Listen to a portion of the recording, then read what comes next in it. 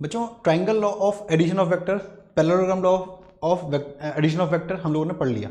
अब हम देखते हैं कुछ दो बेसिक प्रॉपर्टीज जो कि आप लोगों को सीबीएसई के हिसाब से आना इंपॉर्टेंट है। देखिए आना चाहिए। क्या होती है पहली property? Property number 1। First property कहती है बच्चों वेक्टर एडिशन इज कम्यूटेटिव। ठीक है, इसे क्या बोल सकते हैं?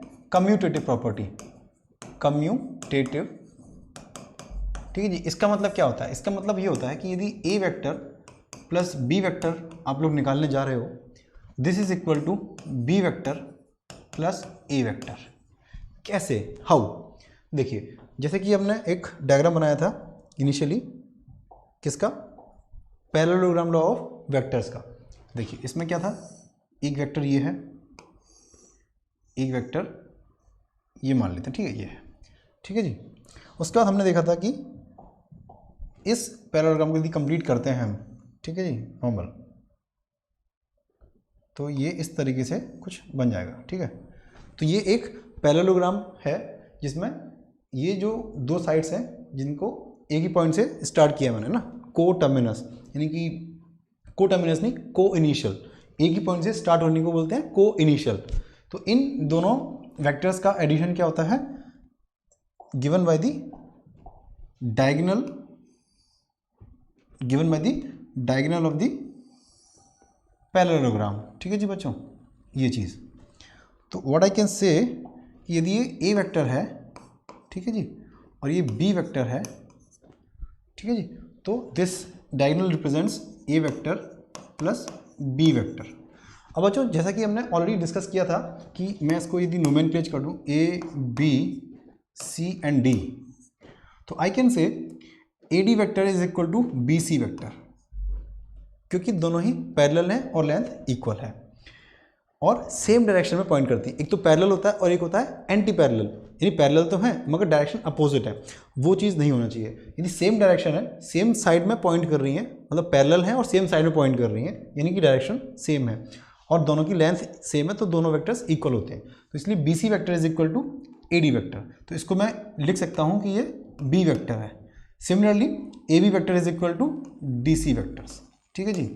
अब आप देखिए कि इस डायग्राम में यदि मैं ट्राइंगल लॉ लगाने की कोशिश करूं तो आई कैन से ए से ए बी वेक्टर, और सिंस ये क्या है, हेड है, ये ए बी वेक्टर का हेड है और बी सी वेक्टर की ये टेल है।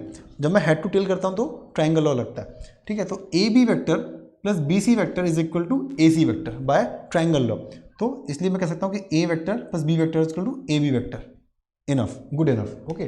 अब यहाँ देखें ट्राइंगल ए डी सी में यहाँ क्या है, B vector plus A vector is equal to A plus B vector.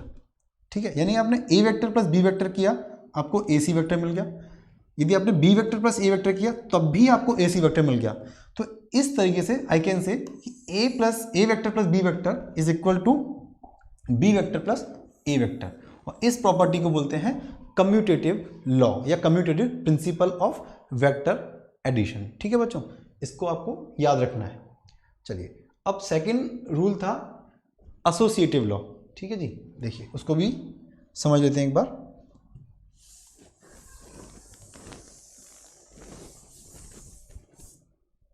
चलिए सेकंड प्रॉपर्टी क्या थी?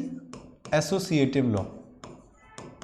एसोसिएटिव लॉ के अंदर बच्चों क्या होता है, तीन वेक्टर्स, उनका एडिशन के ऊपर ये लॉ बेस्ड है। यदि मान लीजिए ए वेक्टर और बी वेक्टर को पहले मैं ऐड कर लेता हूँ और उसका जो रिजल्टेंट है उसके साथ में मैंने सी वेक्टर को ऐड किया, तो this is equal to, this is going to be equal to कि यदि मैं मान लीजिए पहले ए वेक्टर को अलग रखूं और बी वेक्टर और सी वेक्टर को ऐड कर लूं, तो बी और सी का जो रिजल्टेंट है उसके साथ ए का एडिशन कर दूं। ठीक है, ध्यान देना, यहां मैंने क्या किया, ए और बी का एक साथ ऐड, ए और बी को ऐड कर दिया, उसके साथ में सी को जोड़ा। यहां मैंने क्या कर दिया, बी और सी को जोड़ दिया, फिर ए को जोड़ा। ठीक है, तो ये दोनों एडिशंस, ठीक है, इक्वल होते हैं। This is called the associative law of vector addition. ठीक है जी, इसको बोलते हैं associative law of vector addition. ठीक है, इसको प्रूव करने के लिए एक बार एक डायग्राम बना लेते हैं। ये मैं हटा देता हूँ। देखिए एक छोटा सा कंस्ट्रक्शन करना पड़ेगा हमें, उसके थ्रू हम लोग देख जाएंगे कि कैसे एसोसिएटिव लॉ को हम प्रूव कर सकते हैं। चलिए देखिए, ओके चलिए इसका मैं थोड़ा सा कलर चेंज करता हूँ एक बार। देखिए मान लीजिए मैं एक वेक्टर लेता हूँ इस तरीके से, अगला वेक्टर मैं लेता हूँ ये, ठीक है, इसको थोड़ा सा ऐसे कर देते हैं, ठीक है, और the next vector I draw like this, ठीक है जी। ये अब सेम 3 वेक्टर्स में एक बार और ड्रॉ करता हूँ। देखिए बच्चों,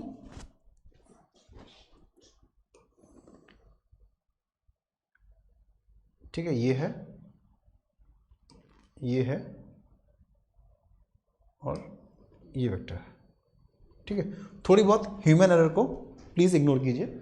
मान लीजिए एग्जैक्टली सेम 2 वेक्टर्स, 2 डायग्राम बनाए हैं जिसमें मैंने 3 वेक्टर्स लिए हैं, पहला दूसरा तीसरा, पहला दूसरा तीसरा। ये मान लीजिए एग्जैक्टली सेम, थोड़ा सा डिफरेंस जो है ह्यूमन एरर को इग्नोर करके मान लीजिए दोनों एग्जैक्टली सेम है। तो मैं क्या कर सकता हूँ, इसको मान लेता हूँ मैं क्या, ये ए वेक्टर है, ये बी वेक्टर है और ये है सी वेक्टर। सिमिलरली ये ए वेक्टर, बी वेक्टर और ये सी वेक्टर, ठीक है जी। मैंने ए को पैरेलल मूव करके यहाँ पहुँचा दिया, बी को मूव करके यहाँ पहुँचा दिया, सी को मूव करके यहाँ पहुँचा दिया, 2 सेट बना दिए। तो अब देखिए मैं पहले ए प्लस बी को ऐड करूँगा और फिर उसके रिजल्टेंट के साथ सी को ऐड करूँगा।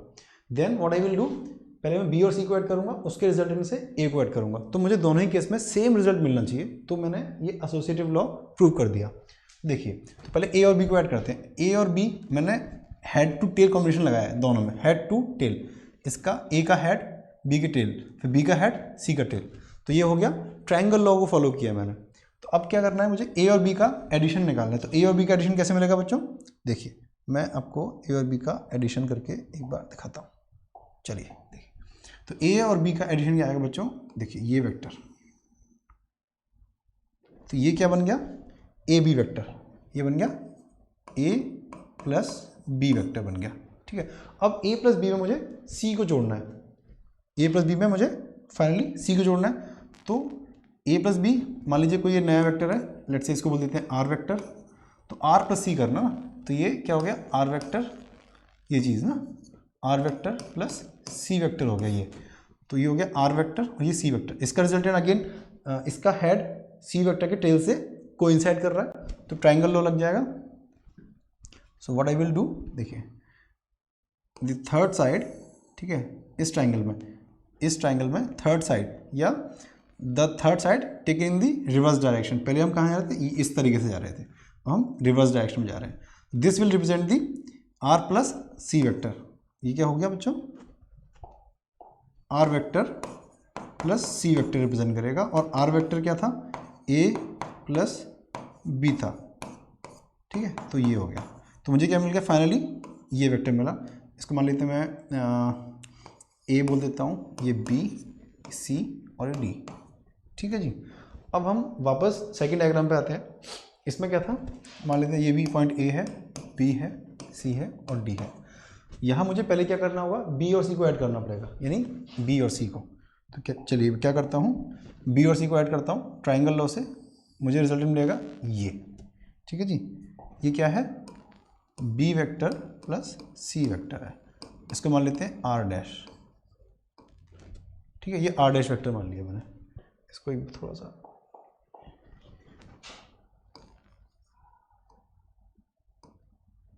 Are dash vector.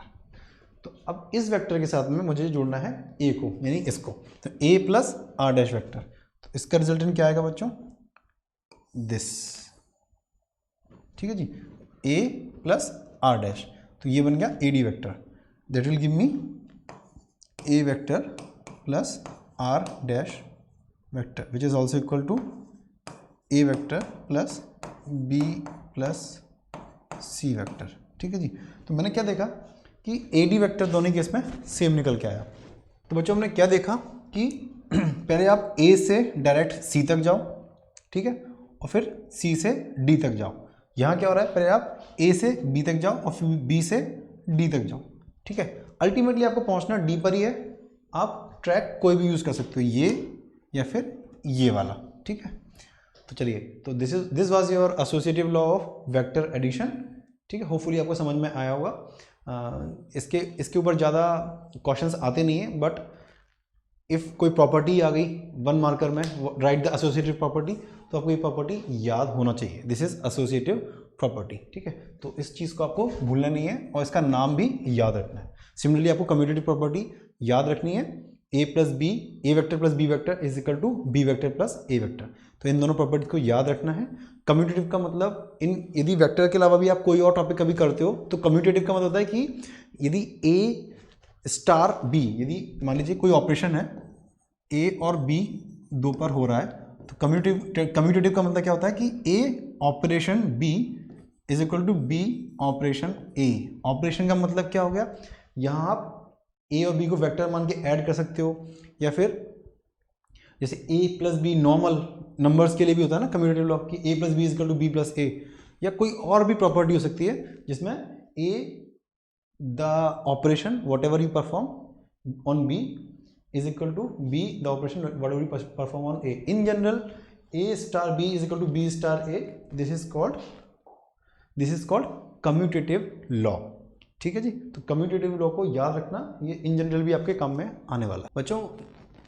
Associative law, commutative law पढ़ने के बाद दो छोटी छोटी प्रॉपर्टीज होती हैं वेक्टर की, एक बार देख लेते हैं। एक होती है एडिटिव इनवर्स, एडिटिव इनवर्स,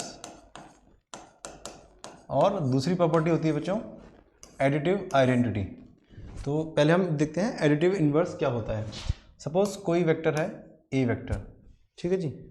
अब इस वेक्टर में यदि मैं इसी वेक्टर का नेगेटिव यानी negative of A vector add करूँगा तो मुझे क्या मिलेगा, 0 वेक्टर, ठीक है जी। तो माइनस ए वेक्टर जो है ये क्या कहलाएगा, additive inverse of A vector. Simple सा है, कुछ खास नहीं है, लेकिन आपको नाम पता होना चाहिए कि इसको बोलते हैं एडिटिव इनवर्स। कोई भी वेक्टर आ गया उसका एडिटिव इनवर्स पूछ बैठा एग्जामिनर आपसे, तो आपको क्या करना है, उसका नेगेटिव निकालना है, ठीक है। जैसे एग्जांपल मान लीजिए, सपोज कोई वेक्टर है R vector is equal to 3i cap plus 2j cap minus k cap, ठीक है। नाउ किसी ने पूछ लिया कि what is the additive inverse of R vector, क्या पूछा, व्हाट इज एडिटिव इनवर्स, ठीक है, ऑफ आर वेक्टर। तो आपको क्या करना है, एडिटिव लिखना है पहले थोड़ा सा कि additive inverse of a vector is negative of that vector, यानी माइनस आर वेक्टर। फिर क्या कर दोगे आप, minus of 3i 2j minus k cap, that's it. इसको सॉल्व करके चाहो तो आप लिख सकते हो minus 3i minus 2j plus k cap, ठीक है। This is the required additive inverse. तो चलिए, केवल आपको नाम से मालूम चलना चाहिए कि एडिटिव इनवर्स क्या होता है, कुछ कॉम्प्लेक्स नहीं है इसके अंदर। एक और चीज़ होती है, चलिए इसको हटा देते हैं एक बार।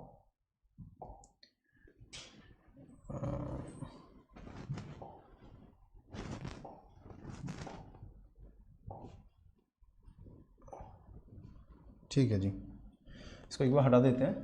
नेक्स्ट चीज़ देखते हैं,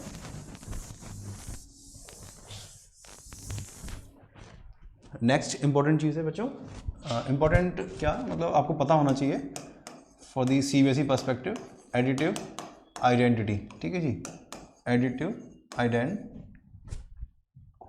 आइडेंटिटी, इसमें क्या होता है बच्चों, जो 0 वेक्टर होता है, यदि उस वेक्टर का किसी भी वेक्टर में एडिशन करते हैं तो ओरिजिनल वेक्टर ही मिलता है। मान लीजिए ए वेक्टर कोई वेक्टर है, इसमें मैंने जोड़ा 0 वेक्टर। 0 वेक्टर बच्चों हम ऑलरेडी पढ़ चुके हैं, ठीक है।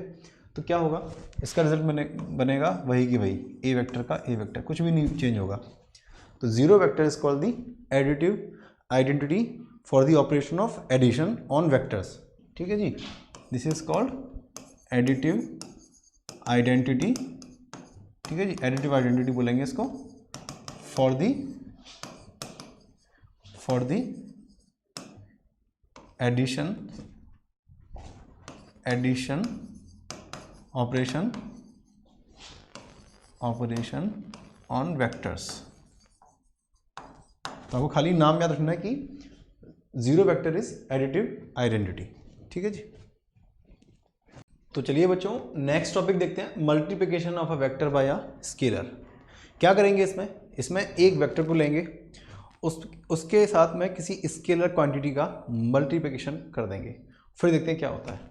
ठीक है, तो स्केलर आपको पता है क्या होता है, कोई भी नंबर जिसमें डायरेक्शन नहीं होती है, जैसे 1 2 3 4 सारे स्केलर्स हैं, पाई स्केलर है। ठीक है, इस तरह की कोई भी वैल्यू जिसमें सिर्फ मैग्नीट्यूड है, डायरेक्शन नहीं है, वो स्केलर होती है। और वेक्टर आप ऑलरेडी जानते हैं क्या होता है। तो जब मैं एक स्केलर नंबर को किसी वेक्टर से मल्टीप्लाई कर दूंगा तो दो चीज़ें होती हैं बच्चों। पहली चीज़ ये कि वेक्टर का जो मैग्नीट्यूड है वो चेंज हो जाता है। ठीक है, वेक्टर का मैग्नीट्यूड चेंज हो जाएगा यदि आप अदर देन 1 स्केलर में यदि आप 1 से मल्टीप्लाई करोगे तो वेक्टर का मैग्नीट्यूड चेंज नहीं होगा, लेकिन 1 के अलावा कोई भी नंबर जैसे मान लीजिए हाफ से मल्टीप्लाई किया तो जो मैग्नीट्यूड है वो हाफ रह जाएगा। यदि आपने 2 से मल्टीप्लाई किया तो मैग्नीट्यूड ट्वाइस हो जाएगा, डबल हो जाएगा, है ना। यदि आपने 10 से मल्टीप्लाई कर दिया तो मैग्नीट्यूड 10 टाइम्स हो जाएगा, एंड सो ऑन। दूसरी चीज़ क्या होगी बच्चों, डायरेक्शन में सिर्फ दो ही चेंज पॉसिबल हैं, मतलब चेंज तो एक ही पॉसिबल है, दो ही रिजल्ट पॉसिबल है। क्या होगा, यदि आपने पॉजिटिव स्केलर से मल्टीप्लाई किया तो डायरेक्शन अनअफेक्टेड रहेगी, और आपने नेगेटिव स्केलर से मल्टीप्लाई किया तो डायरेक्शन रिवर्स हो जाएगी। इसके अलावा डायरेक्शन में कोई और चेंज पॉसिबल नहीं है। ठीक है, कोई 30 डिग्री 60 डिग्री या 90 डिग्री इस तरह का कोई भी डायरेक्शन में चेंज नहीं आ सकता। डायरेक्शन में दो ही चीज़ होंगी, ध्यान रखना, पॉजिटिव स्केलर से मल्टीप्लाई करोगे तो डायरेक्शन सेम रहेगी, और यदि नेगेटिव जैसे -1 -2 से मल्टीप्लाई कर दिया तो क्या होगा, डायरेक्शन एग्जैक्टली अपोजिट हो जाएगी। मैं आपको कुछ ड्रॉ करके एग्जैक्टली दिखाता हूँ जिससे आप और अच्छे से समझ पाएंगे। मान लीजिए ये कोई एक वेक्टर है ना, इसको मान लेते हैं, बोल देते हैं ए वेक्टर। ठीक है जी, तो ए वेक्टर का मैग्नीट्यूड क्या होता है बच्चों, ए वेक्टर का मैग्नीट्यूड जस्ट ये होगा। ठीक है, मान लीजिए एक और चीज़ आप ध्यान रखना बच्चों, यदि मान लीजिए कोई कहता है कि A vector is equal to X I plus Y J cap plus Z K cap, तो magnitude of A vector is given by, ये इंपॉर्टेंट है, इसकी ज़रूरत मैं जानता हूँ बहुत सारे बच्चों को ये पता है, फिर भी यदि किसी को नहीं पता है तो सीख लो कि मैग्नीट्यूड कैसे निकालते हैं वेक्टर का। It is simply the square root of the sum of the squares of coefficients of I J and K cap, Y square plus Z square. ठीक है, इस तरीके से आप मैग्नीट्यूड निकालते हैं। मान लीजिए एक एग्जांपल भी कर लेते हैं। कोई बोलता है कि A vector is given by I minus J cap plus 5 K cap, ये एक वेक्टर है। इस वेक्टर का मैग्नीट्यूड कैसे निकालोगे बच्चों, इसका मैग्नीट्यूड होगा स्क्वायर रूट ऑफ आई का कोएफिशिएंट क्या है 1, तो 1 स्क्वायर।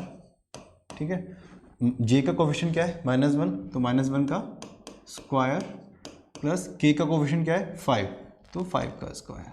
ठीक है, इस तरीके से आप क्या कर सकते हो, किसी भी वेक्टर का मैग्नीट्यूड निकाल सकते हो। मैग्नीट्यूड क्या होता है, वेक्टर की लेंथ।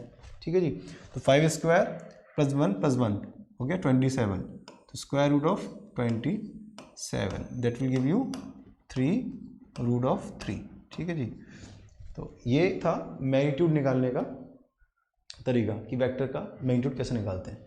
ठीक है जी, तो ये ओरिजिनली हम पढ़ रहे हैं कि देखो स्केलर मल्टीप्लिकेशन ऑफ वेक्टर क्या होता है। तो ये एक वेक्टर है, ठीक है। अब मैं इसमें एक स्केलर का मल्टीप्लाई करता हूँ, क्या करता हूँ, किसी भी स्केलर का मल्टीप्लाई करता हूँ। जैसे मैंने कर दिया 2a वेक्टर, 2 एक स्केलर है ना, ये एक स्केलर नंबर है। ठीक है जी, वेक्टर से मल्टीप्लाई हो गया। तो इसके बाद क्या होगा, नए वेक्टर का मैग्नीट्यूड कितना होगा, 2a वेक्टर का मैग्नीट्यूड होगा 2a, यानी डबल हो गया। ओरिजिनल वेक्टर का था a, तो उसका हो गया 2a। तो नया वेक्टर जो बनेगा बच्चों, उसकी लेंथ जो होगी वो क्या हो जाएगी, इस वेक्टर से डबल हो जाएगी ना, ये इस तरीके से डबल लेंथ का वेक्टर बन जाएगा, ये हो जाएगा 2a वेक्टर, सिंपल। अब यदि एक एग्जांपल और देख लें, मैंने मान लीजिए मल्टीप्लाई कर दिया -12 से, ठीक है, तो मैंने कर दिया -1/2 a वेक्टर। तो नया वेक्टर जो है उसकी मैग्नीट्यूड क्या हो जाएगी, मैग्नीट्यूड हो जाएगी बच्चों a/2, यानी कि ओरिजिनल मैग्नीट्यूड की आधी। तो ये वेक्टर कैसे बन जाएगा, देखिए ये वेक्टर बन जाएगा, अब सिंस ये -1/2 है, यानी मैंने क्या था स्टार्टिंग में कि यदि माइनस स्केलर से या नेगेटिव स्केलर से मल्टीप्लाई करोगे तो डायरेक्शन रिवर्स हो जाएगी। तो ए वेक्टर की डायरेक्शन थी ऊपर की तरफ, अब नए वेक्टर की डायरेक्शन बन जाएगी नीचे की तरफ और मैग्नीट्यूड रह जाएगी हाफ, ठीक है जी, हाफ। तो ये वेक्टर बन जाएगी -1/2 ए वेक्टर, या इसको बोल सकते हैं -a/2 वेक्टर, -a/2 ये भी बोल सकते हैं, ठीक है जी। तो क्या हुआ, डायरेक्शन चेंज हो गई और मैग्नीट्यूड हाफ रह गई। सिमिलरली यदि किसी ने सिर्फ -1 से मल्टीप्लाई कर दिया, मान लीजिए इस तरीके से -1 इंटू ए वेक्टर, तो क्या होगा, वेक्टर सेम रहेगा, सिर्फ उसकी क्या होगी, डायरेक्शन चेंज हो जाएगी। मैग्नीट्यूड सेम रहेगा, मैग्नीट्यूड सेम रहेगा और डायरेक्शन अपोजिट हो जाएगी। देखिए ये this is what, this is -a vector, ठीक है जी। तो आपको होपफुली समझ में आ गया होगा कि स्केलर से मल्टीप्लाई जब हम करते हैं किसी वेक्टर को तो क्या होता है, उसकी मैग्नीट्यूड चेंज होती है और डायरेक्शन तभी चेंज होगी जबकि नेगेटिव नंबर से मल्टीप्लाई करोगे, अदरवाइज डायरेक्शन सेम रहेगी। तो ये आपको इंपॉर्टेंट है, चीज़ें याद रखनी है। साथ में मैग्नीट्यूड कैसे निकालते हैं किसी वेक्टर का, ये इंपॉर्टेंट है।